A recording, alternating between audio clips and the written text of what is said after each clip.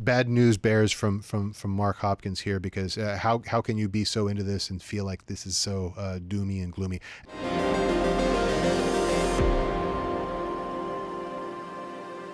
Previously, if you Google or look up in Wikipedia, choke point, Operation Choke Point, you'll find this is a well-documented phenomenon that occurred 10 years ago that disenfranchised large swaths of business, large swaths of people who mostly at the lower rungs of society. This is essentially right out of the same playbook. And it's an escalating series of underground, and I say underground, unofficial policy statements within banking organizations that then culminates in regulatory changes and then culminates in ultimately in legislation. Sounds all doom and gloom.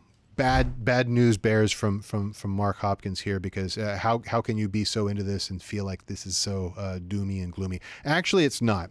I think it's interesting if you look back a couple of weeks to the congressional hearings where Gensler was called to the carpet in front of the congressional hearings, that he was reprimanded by a large number of House Republicans who felt like what was being done at the SEC limits innovation and is driving American business overseas.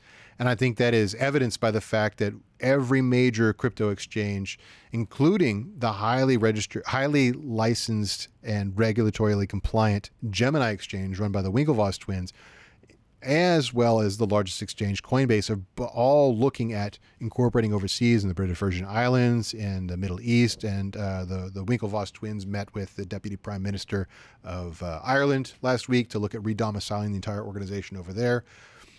What the Republicans are alleging Gensler and other regulatory bodies are forcing is actually happening. This is not just like some sort of crazy rhetoric for political purposes. This is actually creating a chilling effect on innovation in America.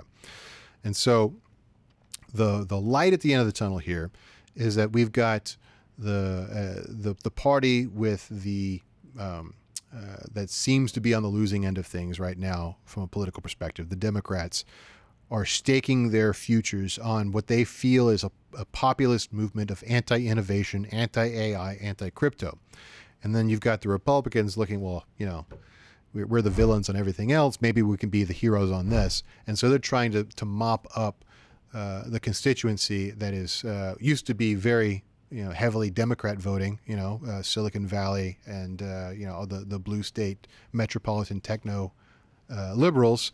They're all seeing their livelihoods being threatened. So now the Republicans are saying, look, if we can keep this culture of anti-innovation at bay, maybe we can scoop up a new constituency.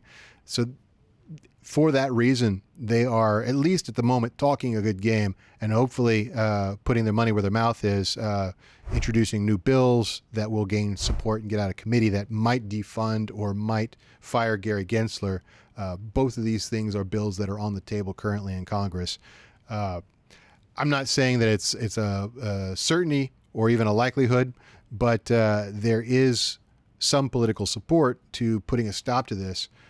So it's not all doom and gloom. However, this is cause for concern. If you see initiatives rise up that will, call your congressmen, call your legislators.